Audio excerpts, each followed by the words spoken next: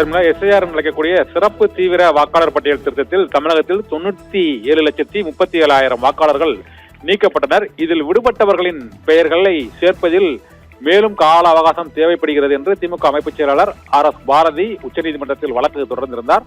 விடுபட்டவர்களின் பெயர் வெளியான தேதியிலிருந்து 10 நாட்கள் கூடுதலாக எங்களுக்கு அவகாசம் வேண்டும் என்று திமுக தரப்பில் கூறப்பட்டிருந்தது. இந்த மனுவை விசாரித்த உச்சநீதிமன்ற நீதிபதிகள் வாக்காளர் பட்டியலில் பெயர் சேர்ப்பதற்கான கால அவகாசத்தை மேலும் 10 நாட்கள் நீட்டித்து உத்தரவிட்டிருக்கிறது. இதனால் தமிழகத்தில் நாளையுடன் வாக்காளர் பட்டியலில் பெயர் சேர்த்தல், திருத்தம் ஆகியவற்றை மேற்கொள்வதற்கான காலக்கெடு நாளையுடன் நிறைவடைய இருந்தது.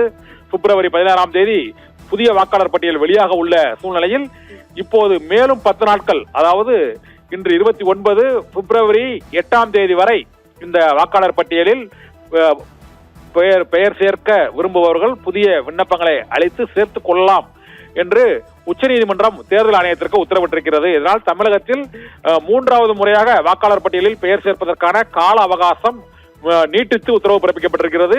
இன்றிலிருந்து மேலும் 10 நாட்கள் கூடுதலாக வாக்காளர் பட்டியலில் பெயர் சேர்ப்பதற்கான கால அவகாசம் நீட்டிக்கப்பட்டிருக்கிறது. நாளையுடன் தமிழகம் முழுவதும் வாக்காளர் பட்டியலில் அந்த எஸ்ஐஆர் திட்டத்தின் கீழ் நீக்கப்பட்டவர்கள் புதிதாக வாக்காளர் பட்டியலில் சேர விரும்புபவர்கள் விண்ணப்பிப்பதற்கான காலக்கெடு நாளையோடு நிறைவடைந்த சூழ்நிலையில் உச்சநீதிமன்றம் இன்று பிறப்பித்துள்ள இந்த முக்கியமான உத்தரவின் மூலமாக மேலும் 10 நாட்கள் கால அவகாசம் இருக்கிறது. இதுவரை வாக்காளர் பட்டியலில் பெயர் சேர்க்காதவர்கள் தங்களது பெயர்களை சேர்த்துக் கொள்ளலாம் என்பதற்கான ஒரு அரிய வாய்ப்பு இப்போது உச்சநீதிமன்ற உத்தரவின் மூலமாக கிடைத்திருக்கிறது. 2026 சட்டமன்ற தேர்தல் மே மாதத்திற்குள் ஏப்ரல் மேயில் நடைபெற உள்ள இந்த சூழ்நிலையில் இப்போது வாக்காளர் பட்டியலில் பெயர் சேர்ப்பதற்கு தமிழகம் முழுவதிலும் அந்த புலம்பெயர்ந்தோர் பட்டியல் மற்றும் அந்த பட்டியலில் 2 முறை பதிவு செய்திருந்தவர்கள், உயிரிழந்தவர்கள் ஆகியோரின் பெயர்கள் நீக்கப்பட்டிருக்கின்றன. 97 லட்சத்துக்கும் மேற்பட்டோர் நீக்கப்பட்டிருப்பதால் புதிதாக வாக்காளர் பட்டியலில் சேர்ப்பதற்கான விண்ணப்பங்களை விண்ணப்பிப்போரின் எண்ணிக்கை ஒவ்வொரு நாளும் அதிகரித்து வரக்கூடிய சூழ்நிலையில் இந்த கால அவகாசத்தினால் விடுபட்டவர்களின் பெயர்களை மீண்டும் சேர்ப்பதற்கு மற்றொரு வாய்ப்பு ஏற்பட்டிருக்கிறது.